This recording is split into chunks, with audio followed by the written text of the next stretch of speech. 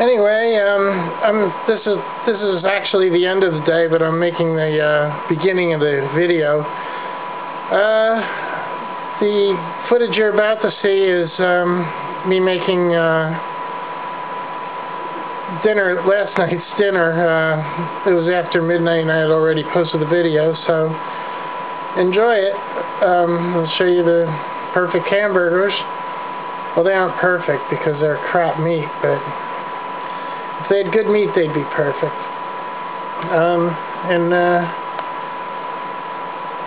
After that, I'll show you the rest of the day and I'll wrap this video up. Well, it's not the same as when I used to live in Texas and barbecue on the porch every night, but here's my panini grill, I think that's what it is, in action cooking some hamburgers. These are cheesy, cheap hamburgers. But you gotta do what you gotta do when you're po. I got a little grease catcher, catch of grease made out of a yogurt cup. That's to put the grease later. They save these Maxwell House things and pour grease in them and put them in the freezer so they fill up. And once they fill up, I check them out. So sometimes you want to use stuff like bacon grease and stuff like that for recipes, but I don't do enough cooking for that to make a difference. So anyway, okay, here's the completed product. I've cooked the hamburgers on the panini grill. I cook them, nowadays I don't cook them rare anymore. I cook them just barely to medium because of the way they're doing the quality control at the factories these days. It's scary.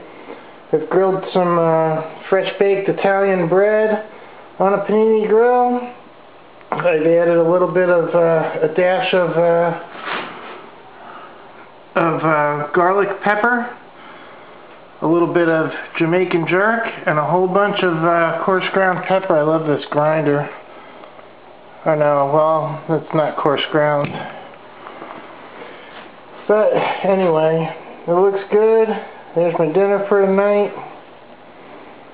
And that's the way it is. Living large. And that was the perfect, well, the near perfect hamburgers. It's really not, there's no substitute for some quality stuff. I usually am not this poverty stricken that I didn't buy that actually. It was given to me by George. So anyway, beggars can't be choosers. And onward to the rest of the video. Well, off to the races. I spent most of the morning trying to round $30 up out of my many empty bank accounts to try to prevent one of my credit cards from going over from the interest, which it's going to do in the next few days. So far I haven't been successful, but I'm going to continue on it later on. Right now I'm going to go down to Staples and get some office supplies and go to Walmart, get a part for the present that I made for my sister. Unfortunately it's Saturday, so I'm not going to be able to send it till Monday. So it'll probably be Wednesday before you guys get to see it. However long it takes her to get it.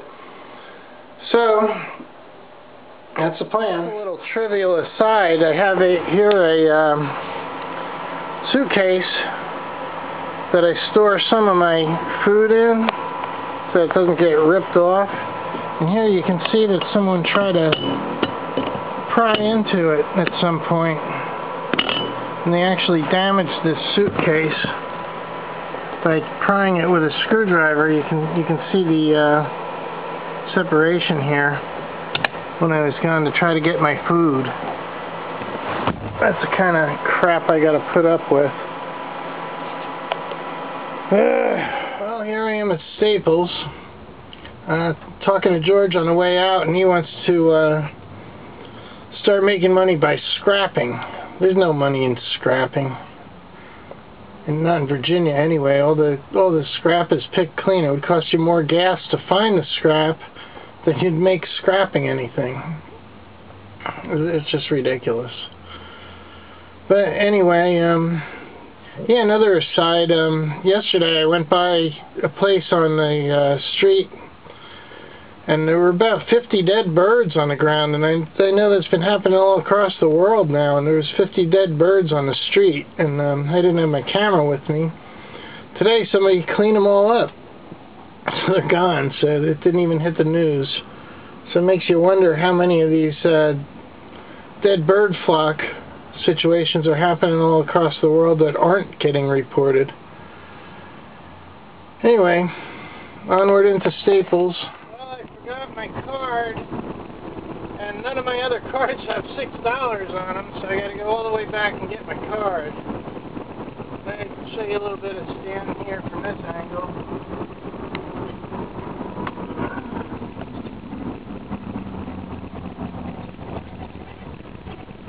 Play you the radio, but my radio broke for some reason.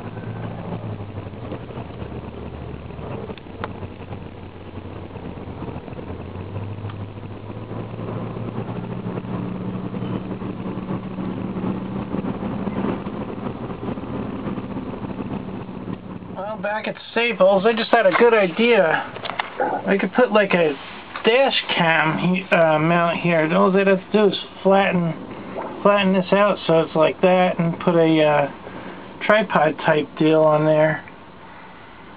Anyway, that's just a thought. I'd like to modify this van, make it really cool.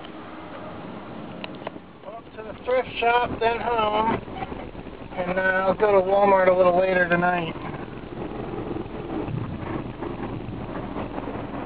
Not bad at the thrift shop. I got a couple bags, so I can start getting my clothes together. You can see the chair's still in here from the other thrift shop because my garage is locked up. I got a professional pan. That's nice. Diamondine. So, good size skillet pan. I feel like $2. That's it. I was just starting to get all clogged up again because my garages are double locked, so you can only do what you can do.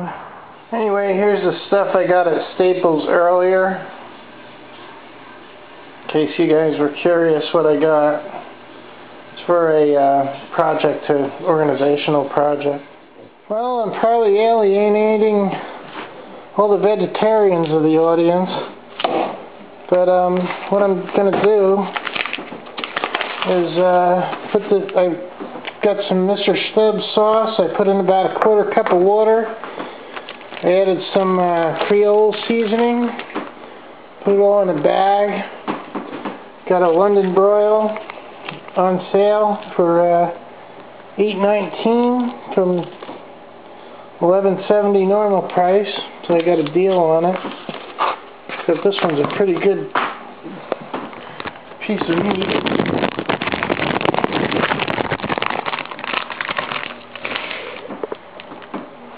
And I'm going to put it in this bag, seal the bag up, and shake it around. And then I'm going to leave it sitting in here until tomorrow. And tomorrow night I'll cook it up. It should have all that good old Mr. Stubbs sauce soaking in on it. It's actually not a full bottle of Mr. Stubbs sauce. This is actually about half a bottle. Just a quarter cup of mountain spring water.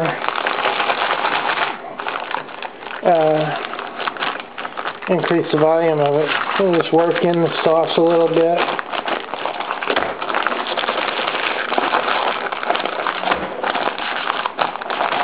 It's all happy.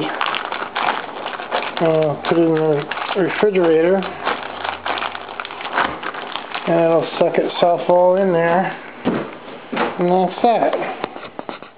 I'm actually having a couple packs of Parmesan Lipton Pass-Aside noodles tonight, but I'm cooking this up for tomorrow too.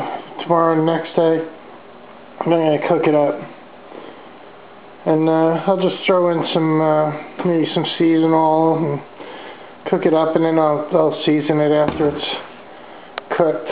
I'll do that downstairs on George's stove since I don't have a grill, a normal grill. I have a panini grill. Maybe I'll do it on a panini grill. But yeah, maybe I'll do that. I'll cook that on a panini grill tonight, and then I'll cook the pasta-sides down on George's stove. I almost forgot. Add a little secret ingredient, a little black cherry Concord grape juice to the you don't really need much. I'll let it sit around in this stuff for a while. This is for the London broil. There's a little bit of sweet and sour with the Creole seasoning. And the cherry and grape. Some mountain spring water. When I cook it, I'll put some pepper on it, some Jamaican jerk. I'll cook it tomorrow. And you get to see it. I'm actually gonna probably use it to make a million sandwiches. I'm trying to get a lot of the stuff soaked in it. So with half a cup of water and some grape juice, it should be thin enough to do it. Well, tonight's a wrap, and you guys have a good evening or day or whatever the case might be, and I'll see you tomorrow. Tomorrow's video will start with tonight's dinner that I'm about to cook. And some other cooking stuff. I'd probably cook some sausages. So anyway, I'll see you tomorrow.